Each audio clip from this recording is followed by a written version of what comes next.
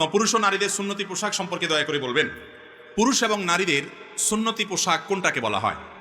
আমরা আমাদের দেশে সাধারণত মনে করি যে লম্বা জুব্বা, দাড়ি অথবা পাঞ্জাবি টুপি এটা পুরুষদের জন্য সুন্নতি পোশাক, আর মহিলাদের জন্য সুন্নতি পোশাক কি থ্রি পিস, ওড়না, এরকম এগুলোকে আমরা সুন্নতি পোশাক মনে করি। মূলত পোশাকের ক্ষেত্রে কোরআন এবং হাদিসের মৌলিক নির্দেশনা আছে, সেই নির্দেশনাগুলো মানাই হলো আমাদের কর্তব্য। যেমন পুরুষের জন্য কোরআন এবং হাদিস পোশাকের ক্ষেত্রে যে নীতিমালা দিয়েছে তার প্রথম হলো পুরুষ নারীর সাথে মিল হয়, নারীর পোশাকের সাথে খাপ খায়, সাদৃশ্য হয়, দেখতে একই রকম লাগে, সেই স্টাইল বেশভূষা ধারণ করবে না। একই কথা নারীর ক্ষেত্রেও প্রযোজ্য। নারী পোশাক পরার ক্ষেত্রে পুরুষের মতো পোশাক পরবে না। আজকাল আছে না, প্যান্ট শার্ট পরে নারী না পুরুষ বোঝা যায় না, একই রকম পোশাক পরে, এটা হাদিসে নিষেধ এবং নবী সাল্লাল্লাহু আলাইহি ওয়াসাল্লাম লানত করেছেন এরকম পোশাক যারা পরে তাদের উপরে। এক। দ্বিতীয়ত, পুরুষের জন্য সতর হলো নাভি থেকে হাঁটুর নিচ পর্যন্ত এইটুকু কমপক্ষে ঢাকা, বাকিগুলো যদি অন্য পুরুষরা দেখে অসুবিধা নেই। আর নামাজের সময় বিশেষ করে কাঁধও ঢাকার কথা হাদিসে আসছে। যত সুন্দর পোশাকে নামাজ পড়া যায় তত ভালো।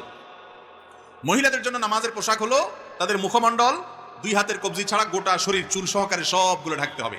শাড়ি পরলেও তার উপরে বড় ওড়না বা চাদর দিয়ে এমনভাবে ঢাকতে হবে যে হাতের গোসা, পেট, পিঠ, কাঁধ, বুক এগুলো যেন দেখা না যায়, গলা যেন দেখা না যায়, এগুলোকে ঢাকতে হবে। এগুলো সতর নামাজের মধ্যে। আর নামাজের বাইরে পরপুরুষের সামনে আলমারআতু আওরা, নবী সাল্লাল্লাহু আলাইহি ওয়াসাল্লাম বলেছেন নারী আপাদমস্তক নিজেকে ঢেকে ঢুকে রাখবে তার সম্ভ্রম রক্ষার জন্য, তার আত্মসম্মানের জন্য, আত্মমর্যাদার জন্য। তাকে নিয়ে কেউ বাজে চিন্তা করবে, তাকে নিয়ে কেউ মনে মনে কুকল্পনা করবে, সেই সুযোগ দিবেন একজন সম্ভ্রান্ত মুসলমান নারী। সেই জন্য তাকে আল্লাহ তাআলা পর্দার নির্দেশ করেছেন পরপুরুষের সামনে। আর বাসার সাধারণ মহিলাদের সামনে সাধারণ ড্রেসে থাকবেন। এর বাইরে তৃতীয় যে নির্দেশনা আছে সেটা হলো অমুসলিম এবং কাফেরদের ধর্মীয় কোনো নিদর্শন বহন করে এমন কোনো পোশাক করবে না। আজকাল কিছু ধুতির মতো পায়জামা বের হয়েছে, আছে না নাই? যে ধুতির মতো পায়জামা দেখতে ধুতির মতো লাগে, তাহলে ধুতি এটা একটা ধর্মীয় পোশাক আমাদের হিন্দু ভাইদের, তারা তাদেরটা করছে করুক, কিন্তু একজন মুসলিম হিসাবে আমি তার বেশ ধারণ করতে পারি না, তার সাথে সাদৃশ্য করতে পারি না। আবু দাউদের হাদিসে নবী সাল্লাল্লাহু আলাইহি ওয়াসাল্লাম বলেছেন মান তাশাব্বাহা বিকওমিন ফাহুয়া মিনহুম, যারা যাদের সাথে বেশ ধরে তারা তাদের দলে চলে যায়। তাহলে এটা হলো তৃতীয় মূলনীতি, সেটা নারীর জন্য পুরুষের জন্য। অমুসলিম, কাফের, ফাসিক এমন এক মডেলের বেশভূষা ধরলেন, সেই মডেল যেরকম ক্যাপ পরে আপনি এরকম ক্যাপ পরলেন, তার ভিতর আল্লাহর ভয় নাই, সে ফাসিক। তাহলে সেক্ষেত্রে আপনি পোশাকের ক্ষেত্রে শরিয়ার নীতিমালা লঙ্ঘন করলেন। আপনি মুত্তাকিদের লেবাস পরবেন, নেককাররা সাধারণত যে পোশাক পরে সে পোশাক পরবেন। পাঞ্জাবির ক্ষেত্রে আপনি জুব্বা পরেন অথবা ফাঁড়া পরেন। বাংলাদেশের মানুষের ঐতিহ্যের পোশাক হলো মূলত পাঞ্জাবি আর লুঙ্গি। পাঞ্জাবি আর কিরে ভাই, এই ঐতিহ্য ধরে রাখছে হুজুররা সবচাইতে বেশি, লুঙ্গি হুজুররা তুলনামূলক সবচাইতে বেশি পরে, ঠিক না ঠিক? মাস্টাররা লুঙ্গি কম পরে, হুজুররা একটু বেশি পরে, অথচ লুঙ্গিটা হলো আমাদের দেশের ঐতিহ্য। প্যান্ট এটা তো আমাদের দেশের ঐতিহ্য না, ঠিক না ঠিক? আমাদের যত জাতীয় নেতা ছিলেন তারা দেখেন বেশিরভাগই লুঙ্গি আর পায়জামা পরতেন, ঠিক না ঠিক?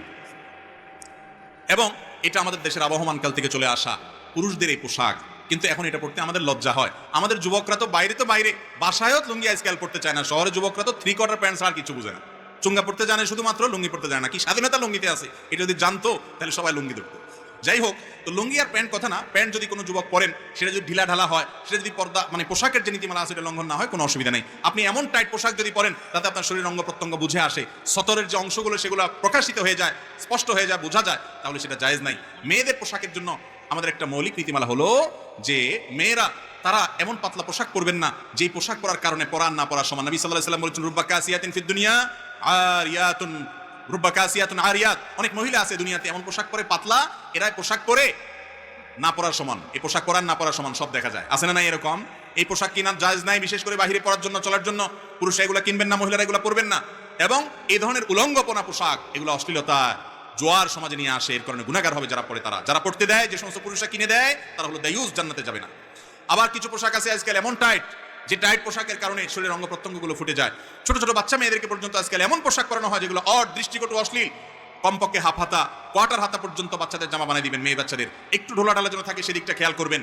আর পুরুষরাও একই কথা প্রযোজ্য, যে এমন কোনো পোশাক করবেন না যেটা ফাসিকদের সাথে সাদৃশ্য হয়। আজকাল যুবক ভাইরা অনেকে দেখা যায় এমন গেঞ্জি পরে, এমন প্যান্ট পরে যে রুকুতে গেলে এক এক দেশে চলে যায়, একটা পূর্বাকাশে একটা পশ্চিম আকাশে চলে যায়, মাঝখান দিয়ে মাজা দেখা যায়, নামাজও হবে না। এই রোগটা আমাদের মধ্যে আছে না নাই? তাহলে এগুলোর উপরে আমরা খুব সাবধান থাকবো। আল্লাহ তাআলা আমাদেরকে আমলের তৌফিক দান করুন। পোশাকের ক্ষেত্রে সুন্নতি পোশাকের কথা বলতে গিয়ে এত দূরে আসছে। পোশাকের ক্ষেত্রে শরীয়তের যে ড্রেস কোড আছে সেটা খেয়াল করবেন। পুরুষ টাকনুর নিচে পোশাক করবেন না, বিশেষ করে প্যান্ট, লুঙ্গি, চাদর, জুব্বা এগুলো টাকনুর নিচে যেন না যায়। আর মহিলারা তারা টাকনুর নিচে পড়বেন, টাকনুর উপরে পড়বেন না। এখন উল্টা হয়ে গেছে, প্লাজো পায়জামা বাইর হয়েছে, টাকনুর 1 বিঘত আধা বিঘত উপরে থাকে, আর পুরুষের প্যান্ট অটোমেটিক টাকনুর নিচে চলে যায়, ঠিক না ঠিক? রাসূল সাল্লাল্লাহু আলাইহি ওয়াসাল্লাম যেটা নিষেধ করছেন, ইবলিস ওইটা আমাদেরকে দিয়ে বেশি করায়, কারণ সে জানে আমরা রাসূল সাল্লাল্লাহু আলাইহি ওয়াসাল্লামের কথা শুনলে জান্নাতে চলে যাবো। এই জন্য তার সাথে সংগ্রাম করতে হবে। পুরুষ টাকনুর নিচে পোশাক পরবেন না। ম্যাক্সিমাম যুবক এবং পুরুষরা টাকনুর নিচে পোশাক পরেন। নবী সাল্লাল্লাহু আলাইহি ওয়াসাল্লাম বলেছেন যারা এরকম পোশাক পরে তারা জাহান্নামে যাবে, তাদের অংশ জাহান্নামে যাবে। এই জন্য পোশাকের ক্ষেত্রে এই সমস্ত ড্রেস কোডগুলো আমরা মাথায় রাখবো। এগুলো মাথায় রেখে যদি চলেন ইনশাআল্লাহ আপনার পোশাক পরা জায়েজ হবে। এক্ষেত্রে নবী করিম সাল্লাল্লাহু আলাইহি ওয়াসাল্লাম সাহাবায়ে কেরাম তাদের থেকে টুপি পরার বিষয়টা সাবেত আছে, প্রমাণিত আছে, কিন্তু টুপি পরলে আলাদা সওয়াব হবে কিনা এর আলাদা কোনো ফজিলতের কথা আসছে বলে আমার জানা নাই, তবে পড়ছেন তারা। তাদের মহব্বত, রাসূল সাল্লাল্লাহু আলাইহি ওয়াসাল্লামের মহব্বতে পড়লে এটা সওয়াব হবে অবশ্যই, এর বেশি কিছু না। আল্লাহ তাআলা আমাদেরকে বোঝার তৌফিক দান করুন। ভাই অনেক মানুষ বাইরে দাঁড়ায় আছে, আপনারা যদি একটু আধ ইঞ্চি এক ইঞ্চি করে একটু নাড়াচড়া করেন শীতের দিন, তাহলে তারা একটু বসতে পারে। একটু মেহেরবানি করে উঠেন উঠেন উঠেন, কয়েক সেকেন্ডের জন্য উঠেন, অনেক জায়গা গ্যাপ আছে, একটু উঠেন। ওই যে ভাইদেরকে একটু বসতে দেন প্লিজ প্লিজ, আল্লাহর জন্য একটু নাড়াচড়া করেন। আল্লাহ তাআলা ইনশাআল্লাহ আপনাদেরকে এর জন্য উত্তম বিনিময় দিবে। ফাফসাহু ইয়াফসাহিল্লাহু লাকুম। একটু অন্যের জন্য জায়গা করে দিলে আল্লাহ তাআলা আপনার জন্য জান্নাতে যাওয়ার জায়গা করে দিতে পারেন ইনশাআল্লাহ। একটু উঠে উঠেন ভাই। এরপরে প্রশ্ন, প্রায় 1 বছর আগে আমার পরিবার এক প্রবাসী ছেলের সাথে আমার বিয়ে ঠিক করেন এবং আমাকে আংটি পরিয়ে রাখেন। পরিবারের সম্মতিতে ছেলের সাথে যোগাযোগ রাখি। এখন উপযুক্ত কোনো কারণ না দেখেই আমার বাবা এই বিয়েটা বাতিল করতে চাচ্ছেন, কিন্তু আমি ওই ছেলেকে বিয়ে করতে চাই। এক্ষেত্রে শরীয়ত কি বলে এবং আমার করণীয় কি? প্রথম কথা হলো, বিয়ের কথা পাকাপাকি হয়ে গেলে আংটি পরাই দিলেই তো জামাই বউ হয়ে যায়, তাই না? আংটি পরা হয়ে গেছে, এঙ্গেজমেন্ট হয়ে গেছে, তখন জামাই বউ হয়ে গেছে না তারা? সেটা যদি না হয় তাহলে এই তথাকথিত এঙ্গেজমেন্টের পরে এই স্বামী স্ত্রীর মতো আলাপ সালাপ, খোঁজ গল্প, কথাবার্তা, আড্ডাবাজি, চ্যাটিং, এগুলো আমাদের সমাজে আসে না নাই? তাহলে সেই সম্পর্কটা কি হালাল হবে না হারাম হবে? হারাম হবে। অনেক যুবকরা বলে যে না, একবার হঠাৎ করে অচেনা একটা মানুষের সাথে কেমনে থাকে, এই জন্য আগে একটু জড়তা কাটায় নেই, যোগাযোগ করে নেই।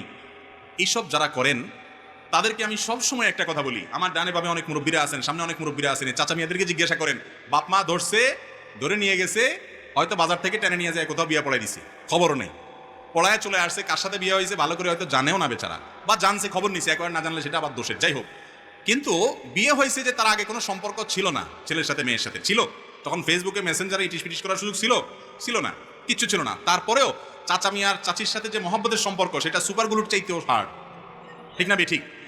চাচা মিয়ারা এখনো চাচির ছাড়া বাঁচে না, চাচি চাচারা ছাড়া বাঁচে না। অন্য কারোর কথা চিন্তা করবে তাদের মাথায়ও আসে না, আল্লাহর রহমতে, জিজ্ঞেস করে দেখেন। আর আজকাল যুবকরা আপনারা এই এঙ্গেজমেন্ট, এরপরে ইটিস পিটিস এগুলা করেন কেন? যে তাহলে একটু ভালো হবে সম্পর্ক। ভালো হয় না, বরং আরো সম্পর্ক খারাপ হয়, কারণ আল্লাহর নিষিদ্ধ পথে কখনো শান্তি আসে। এই জন্য ঘরে ঘরে স্বামী স্ত্রী ঝগড়া এবং মারামারি এবং তালাক হয়, ঠিক না? ঠিক। বিয়ের আগদ না হলে, দুইজন সাক্ষীর সামনে প্রস্তাব হবে, সম্মতি হবে, কবুল বলা হবে, এগুলো না হওয়ার আগ পর্যন্ত বিয়ে হয় না। আংটি একটা কেন, 10 আঙ্গুলে 10টা, 10 ঠেঙে 10টা, মোট 20টাও যদি লাগান তাতেও বিয়ে হবে না।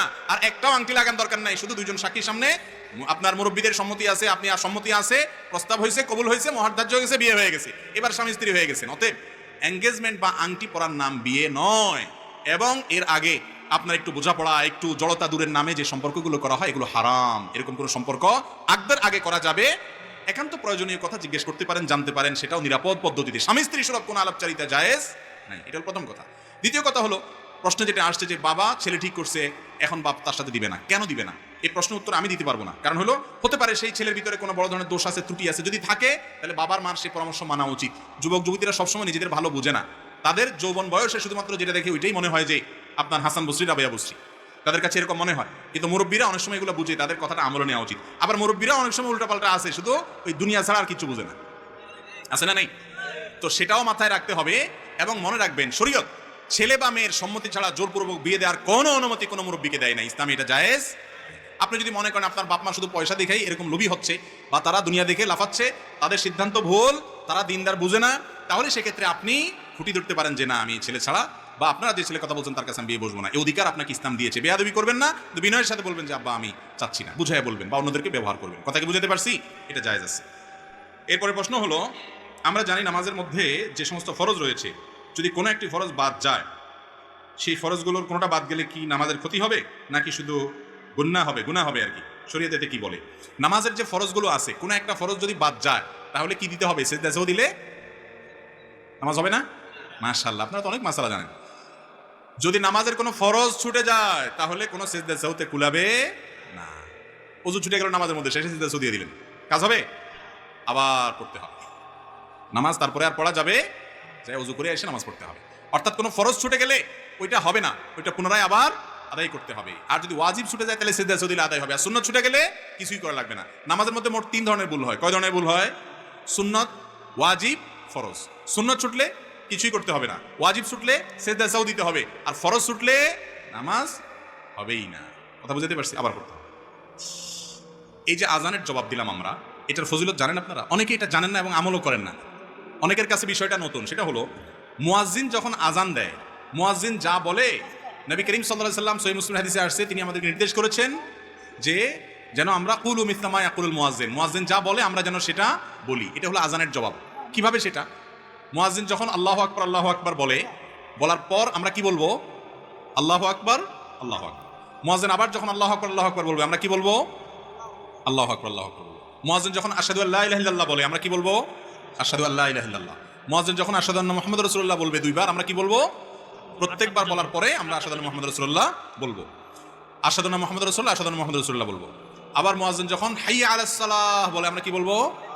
লা হাওলা ওয়ালা কুওয়াতা ইল্লা বিল্লাহ। এই একটা শুধু বেশ কম, আর সবগুলো যেমনি আছে এমনি।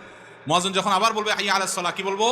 লা হাওলা ওয়ালা কুওয়াতা ইল্লা বিল্লাহ। মুয়াজ্জিন যখন বলবেন হাইয়া আলাল ফালাহ, তখন কি বলবো? লা হাওলা ওয়ালা কুওয়াতা ইল্লা বিল্লাহ। আবার মুয়াজ্জিন যখন হাইয়া আলাল ফালাহ বলবে, একইভাবে লা হাওলা ওয়ালা কুওয়াতা ইল্লা বিল্লাহ। মুয়াজ্জিন যখন আল্লাহু আকবার বলবে, আমরা আল্লাহু আকবার বলবো। যখন লা ইলাহা ইল্লাল্লাহ বলে, আমরা কি বলবো? লা ইলাহা ইল্লাল্লাহ।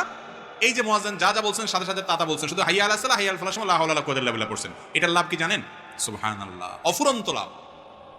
এটা লাভ হলো যে মুয়াজ্জিন সাহেবদেরকে আমরা সমাজে মূল্য দেই না, মর্যাদা দেই না। তাদের মর্যাদা জানেন?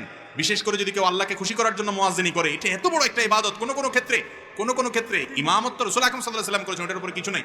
কিন্তু কোন কোন ক্ষেত্রে অন্য অনেক আমলের চাইতে মুয়াজ্জিনের আজানের ফজিলত অনেক বেশি। হাদিসে আসছে কিয়ামতের দিন মুয়াজ্জিনের গর্দান অনেক লম্বা থাকবে। এবার গর্দান লম্বা থাকতে খারাপ দেখা যাবে না? না, গর্দান লম্বা থাকবে মানে হলো সবার মধ্যে তাদের মাথাগুলো উঁচু থাকবে, ভিআইপি, এটা বোঝা যাবে। আর মুয়াজ্জিনের আজান শুনে যত মানুষ নামাজ পড়তে আসে, সবার সমপরিমাণ সওয়াব মুয়াজ্জিন সাহেব লাভ করেন। কত বড় ফজিলত! আর যদি কেউ আজানের জবাব দেয়, আল্লাহ তাআলা তাকে মুয়াজ্জিনের উপর সওয়াব দান করেন। তাহলে আপনি আশা করতে পারেন আজানের জবাব দেওয়ার মাধ্যমে মুসল্লিদের অনুরূপ নামাজের সওয়াব এক্সট্রা বোনাস হিসেবে আপনি পেয়ে যাবেন। এই আমলটা শুধু পুরুষরা না, আমাদের মা বোনরাও বাসা বাড়ি থেকে শুনে করতে পারেন। যে আজানটা আগে শুনবেন বা মহল্লার আজান, সেটার জবাব দিয়ে দিবেন। এরপরে অন্যগুলোর জবাব আপনি না দিলে অসুবিধা নেই। আজানের জবাব দেওয়াটা মুস্তাহাব বা সুন্নাহ, এটা ভালো। এই আমলটা করা উচিত। করবেন তো ইনশাআল্লাহ? অফুরন্ত সওয়াব। কিন্তু আমরা জানি না। আজানের সময় গল্প করে, আজানের সময় অন্য কাজ করে না। আজান যখন শুনবেন, মুয়াজ্জিনের আজানের জবাব দিবেন, এরপরে আজানের দোয়া পড়বেন, দুরূদ পড়বেন। এটা হলো সুন্নাত। আশহাদু আন্না মুহাম্মাদুর রাসূলুল্লাহ যখন পড়ে, আমরা অনেকে তখন মনে করি যে দুরূদ পড়তে হয় না। দুরূদ পড়বেন আজানের শেষে, দুরূদ পড়বেন কিন্তু আজানের শেষে, ওই জায়গা না। এখানে হাদিসে, সহিহ মুসলিম হাদিসে নবী সাল্লাল্লাহু আলাইহি ওয়াসাল্লাম একেবারে হাতে কলমে ধরাই দিয়ে বলে দিয়েছেন যে যখন মুয়াজ্জিন বলবে আশহাদু আন্না মুহাম্মাদুর রাসূলুল্লাহ, তোমরা কি বলবা? আশহাদু আন্না মুহাম্মাদুর রাসূলুল্লাহ। রাসূল বলেন সাল্লাল্লাহু আলাইহি ওয়াসাল্লাম বলতে, হ্যাঁ, ওনার নাম শুনলে দুরূদ পড়তে হয়, এটা আজানের শেষে বলবেন। কথা কি বুঝাতে পারছি? অনেকে আশহাদু আন্না মুহাম্মাদুর রাসূলুল্লাহ বললে হাতে চুমো দিয়ে, আঙ্গুলে চুমো দিয়ে সেটা চোখে লাগায়, বলে এতে চোখের উপকার হয়। মূলত রাসূল আকরাম সাল্লাল্লাহু আলাইহি ওয়াসাল্লাম এর কোনো নির্দেশ দেন নাই। বিভিন্ন বই পুস্তক আছে, ভুইপুর অনেক বই পুস্তকে আছে। নবী করিম সাল্লাল্লাহু আলাইহি ওয়াসাল্লাম আজান দেওয়ার পর যে জবাব শিক্ষা দিয়েছেন, সেখানে এরকম কোনো কথা বলা হয়নি। আজানের জবাব দেবো তো ইনশাআল্লাহ। আরেকটা নতুন আমলের কথা জেনে ফেললেন মাঝখান দিয়ে, আলহামদুলিল্লাহ, নতুন একটা ক্লিক হয়ে গেল।